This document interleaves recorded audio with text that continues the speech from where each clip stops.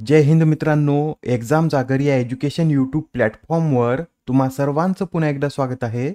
मित्रांनो, या आधीच्या सत्रामध्ये तुमच्यासाठीचा प्रश्न होता, सिप्रीच्या अहवालानुसार कोणता देश हा सर्वाधिक अण्वस्त्रे असलेला देश ठरला आहे? या प्रश्नाचं योग्य उत्तर आहे पर्याय क्रमांक 2, म्हणजेच या अहवालानुसार रशिया हा सर्वाधिक न्यूक्लिअर वेपन असलेला देश ठरलेला आहे. रशिया या देशाकडे सध्या एकूण 5580 वेपन्स आहेत. त्यानंतर यात दुसऱ्या क्रमांकावर अमेरिका आहे. अमेरिकेकडे एकूण 5044 न्यूक्लिअर वेपन आहेत. तिसऱ्या क्रमांकावर 500 वेपनसह चीन आहे.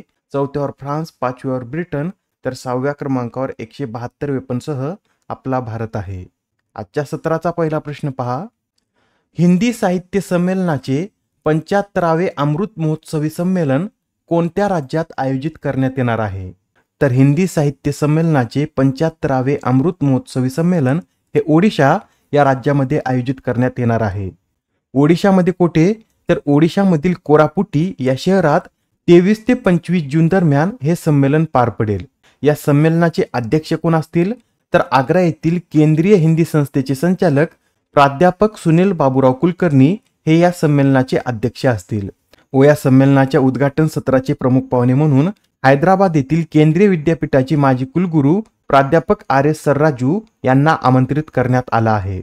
बरं, या हिंदी साहित्य संमेलनाची स्थापना कधी करण्यात आली होती? तर 2010 मध्ये याची स्थापना करण्यात आली होती.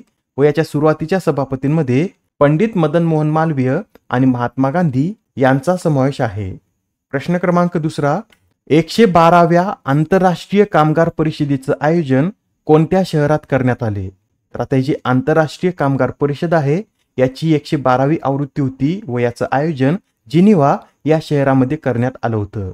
स्वित्झर्लंडमधील जिनिव्हा या शहरात 3 ते 14 जून पर्यंत ही परिषद पार पडलेली आहे. या परिषदेमध्ये भारतीय शिष्टमंडळाचं नेतृत्व श्रम आणि रोजगार सचिव सुमिता डावर यांनी केलं आहे.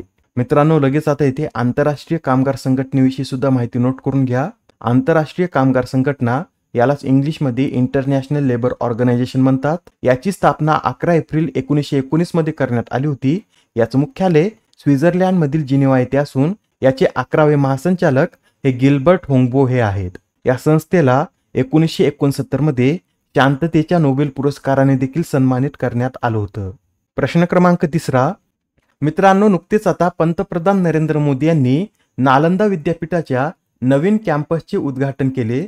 तर आता जे भारतातील जुनं नालंदा विद्यापीठ होतं त्याच्याशी संबंधित विधानाचा आपल्याला येथे अभ्यास करायचा आहे. पहिलं विधान पहा. 1600 वर्षापूर्वी अस्तित्वात असलेल्या नालंदा विद्यापीठाची स्थापना सम्राट समुद्रगुप्त व पहिला कुमारगुप्त यांच्या पुढाकारातून झाली. हे विधान बरोबर आहे. या नालंदा विद्यापीठाची स्थापना सम्राट समुद्रगुप्त व पहिला कुमारगुप्त यांच्याच पुढाकारातून झालेली आहे. दुसरं विधान पहा. सुरुवातीला या विद्यापीठाचे नाव नल विहार असं होतं. हे सुद्धा विधान बरोबर आहे. या विद्यापीठातील ग्रंथालय धर्ममाया योग या नावाने ओळखले जात.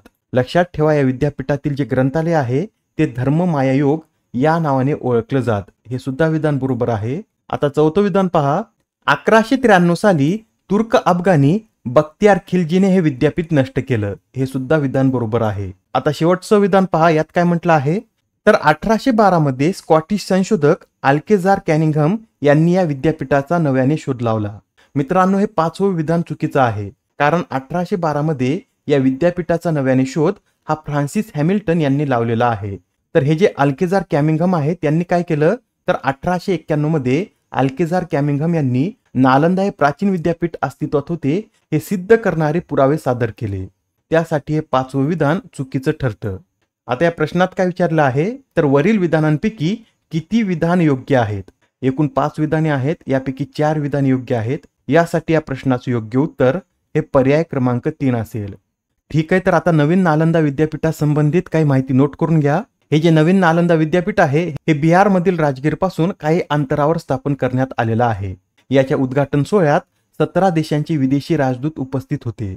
मित्रांनो, या नवीन कॅम्पसमध्ये 2 शैक्षणिक विभाग असून यात 40 वर्गखोल्या आहेत.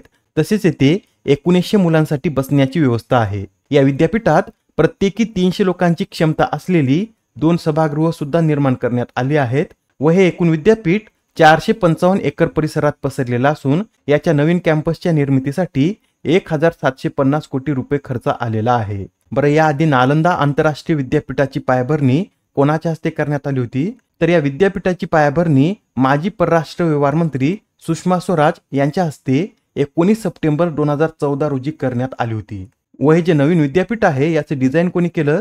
तर प्रसिद्ध वास्तुविशारद व पद्मविभूषण प्राप्तकर्ते दिवंगत बी.व्ही. जोशी यांनी या विद्यापीठाचं डिझाईन केलं आहे. प्रश्न क्रमांक 4, जगातील पहिल्या AI सौंदर्य स्पर्धेच्या अंतिम 10 मध्ये पोहोचणाऱ्या भारताच्या AI मॉडेलचं नाव काय आहे?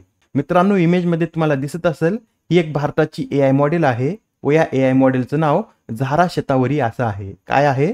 तर झारा शतावरी असं या मॉडेलचं नाव असून या मॉडेलने आता जगातील पहिल्या AI सौंदर्य स्पर्धेच्या अंतिम 10 मध्ये स्थान मिळवलेलं आहे. बरं, या AI मॉडेलची निर्मिती कोणी केली? तर भारतीय मोबाईल जाहिरात एजन्सीचे सहसंस्थापक राहुल चौधरी यांनी या AI मॉडेलची निर्मिती केलेली आहे. अत्यंत महत्त्वाचा प्रश्न आहे, लक्षात ठेवा. जगातील पहिल्या AI सौंदर्य स्पर्धेच्या अंतिम 10 मध्ये भारताच्या झारा शतावरी या AI मॉडेलनं स्थान मिळवलेलं आहे. बरं, ही जी पहिली AI सौंदर्य स्पर्धा आहे याचं आयोजन कोणाद्वारे करण्यात येत आहे? तर ब्रिटनच्या फॅन्यू कंपनीद्वारे वर्ल्ड AI क्रिएटर्स अवॉर्ड्सच्या सहकार्याने या स्पर्धेचं आयोजन करण्यात येत आहे. या स्पर्धेचं विजेतेपद पटकावणाऱ्या AI मॉडेलला $20,000 म्हणजे सुमारे 16 लाख रुपये देण्यात येणार आहेत. प्रश्न क्रमांक 5, मलबार नदी महोत्सव 2024चं आयोजन केरळमधील कोणत्या शहरात करण्यात येणार आहे? कोणता महोत्सव आहे? तर मलबार नदी महोत्सव. व या मलबार नदी महोत्सवाचं आयोजन केरळमधील कोझिकोड या शहरामध्ये करण्यात येणार आहे. बरं, या महोत्सवाचं आयोजन कोणाद्वारे करण्यात येत आहे? तर ॲडव्हेंचर टुरिझम प्रमोशन सोसायटीद्वारे पर्यटन विभाग, जिल्हा पर्यटन प्रोत्साहन परिषद आणि कोझिकोड जिल्हा पंचायत यांच्या सहकार्याने या महोत्सवाचं आयोजन करण्यात येत आहे. या महोत्सवामध्येच 25 ते 28 जुलै दरम्यान आंतरराष्ट्रीय व्हाईट वॉटर कयाकिंग चॅम्पियनशिप सुद्धा आयोजित केली जाणार आहे. नेक्स्ट क्वेश्चन पहा. पहिल्या टप्प्यात किती राज्यांमध्ये कृषी सखी हा कार्यक्रम राबवण्यात येत आहे? तर पहिल्या टप्प्यामध्ये कृषी सखी हा कार्यक्रम एकूण 12 राज्यांमध्ये राबवण्यात येत आहे. ती 12 राज्य कोणती हे सुद्धा आपल्याला माहित पाहिजे, तर नोट करून घ्या. यामध्ये गुजरात, तामिळनाडू, उत्तर प्रदेश, मध्य प्रदेश, ओरिसा, छत्तीसगड, कर्नाटक, आंध्र प्रदेश, झारखंड, मेघालय, राजस्थान व आपल्या महाराष्ट्राचा समावेश आहे. आणि या कार्यक्रमात महिलांचा सहभाग वाढवण्यासाठी कृषी आणि ग्रामीण विकास मंत्रालय हे संयुक्तपणे कार्य करत आहेत. मित्रांनो, हा जो कृषी सखी कार्यक्रम आहे हा लखपती दीदी या कार्यक्रमाचाच एक भाग आहे. या लखपती दीदी कार्यक्रमाअंतर्गत देशातील 3 कोटी महिलांना लखपती करण्याचं लक्ष्य निर्धारित करण्यात आलेलं आहे. आता हा प्रश्न पहा, यात काय विचारला आहे? तर कोणता देश युनिव्हर्सिटी इम्पॅक्ट रँकिंग 2024 मध्ये सर्वाधिक प्रतिनिधित्व असणारा देश बनला आहे? या प्रश्नाचं योग्य उत्तर आहे पर्याय क्रमांक 2, म्हणजेच आपला भारत या युनिव्हर्सिटी इम्पॅक्ट रँकिंग 2024 मध्ये सर्वाधिक प्रतिनिधित्व असणारा देश बनला आहे. भारताचे एकूण 96 विद्यापीठ यात समाविष्ट झाले आहेत व 96 विद्यापीठासह भारत यात प्रथम स्थानावर आहे. भारतानंतर यात 91 विद्यापीठासह तुर्की आहे, तर 89 विद्यापीठासह पाकिस्तान यात 3ऱ्या स्थानावर आहे. बरं, या युनिव्हर्सिटी इम्पॅक्ट रँकिंग 2024 मध्ये प्रथम स्थान कोणत्या विद्यापीठाने पटकावलं? तर वेस्टर्न सिडनी विद्यापीठाने यात प्रथम स्थान पटकावलेलं आहे. दुसऱ्या क्रमांकावर मँचेस्टर व तस्मानिया हे विद्यापीठ आहेत. चौथ्यावर आल्बोर्गो विद्यापीठ, तर 5वा क्रमांक RMIT या विद्यापीठाने पटकावलेला आहे. बरं, या रँकिंगमध्ये भारतातील कोणत्या विद्यापीठाने सर्वोत्कृष्ट प्रदर्शन केलं आहे? तर या रँकिंगमध्ये भारताच्या अमृता विश्व विद्यापीठाने सर्वोत्कृष्ट असं प्रदर्शन करत 81वे स्थान पटकावलं आहे. प्रश्न क्रमांक 8, अलीकडेच कोणत्या देशात माणसाचं मांस खाणारा बॅक्टेरिया पसरला आहे? तर आता माणसाचा मांस खाणारा बॅक्टेरिया हा जपान देशामध्ये पसरलेला आहे. मित्रांनो, नुकतेच आता जपानमध्ये स्ट्रेप्टोकोकल टॉक्सिक शॉक सिंड्रोम या आजारानं थैमान घातला असून या आजारामागील प्रमुख कारण म्हणजे मांस खाणारा बॅक्टेरिया. हा जो आजार आहे हा कोणत्या बॅक्टेरियामुळे पसरतो? तर ग्रुप ए स्ट्रेप्टोकोकस बॅक्टेरियामुळे हा आजार पसरतो व या आजारात हृदय, यकृत आणि किडनी सारख्या महत्त्वाच्या अवयवावर परिणाम होतो. नेक्स्ट क्वेश्चन पहा. United Nation convention to combat डेझर्टिफिकेशनने भूमिनायक म्हणून कोणाला मान्यता दिली? तर आता या UNCCDने एकूण 10 व्यक्तींना भूमिनायक म्हणून मान्यता दिली असून यामध्ये सिद्धेश साकोरे या महाराष्ट्रीयन व्यक्तीचा देखील समावेश आहे.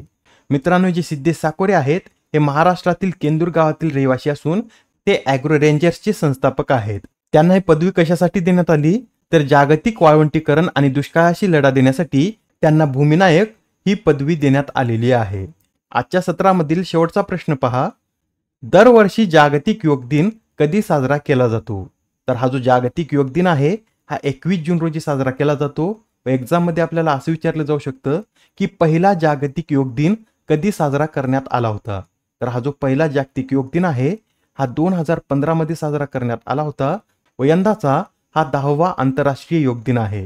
या योग दिनाविषयी हे पॉइंट नोट करून घ्या. पंतप्रधान नरेंद्र मोदी यांनी 2014 मध्ये झालेल्या संयुक्त राष्ट्राच्या महासभेत 21 जून हा दिवस आंतरराष्ट्रीय योग दिन म्हणून साजरा करण्यात यावा असा प्रस्ताव मांडला होता. यानंतर 11 डिसेंबर 2014 रोजी हा ठराव मंजूर करण्यात आला व पहिला आंतरराष्ट्रीय योग दिन 2015 मध्ये साजरा करण्यात आलेला आहे. 21 जून हा उत्तर गोलार्धातील सर्वात मोठा दिवस असतो. बरं, यावेळेसच्या दिवसाची थीम काय आहे? तर yoga for self and society अशी यावेळेसच्या दिवसाची थीम आहे. आजच्या सत्रामधील तुमच्यासाठीचा प्रश्न पहा. भारतीय लष्करात दाखल होणाऱ्या पहिल्या स्वदेशी बनावटीच्या सबमशीन गनचं नाव काय आहे? आता या प्रश्नाचं उत्तर कमेंटमध्ये देण्याचा प्रयत्न करा. उत्तर चुकलं तरी काय हरकत नाही, कारण ज्यावेळेस तुम्हाला या प्रश्नाचं योग्य उत्तर माहित होतं त्यावेळेस हा प्रश्न तुमच्या दीर्घकाळापर्यंत लक्षात राहतो. तर आता पुढच्या सत्रामध्ये पुन्हा भेटूया. धन्यवाद.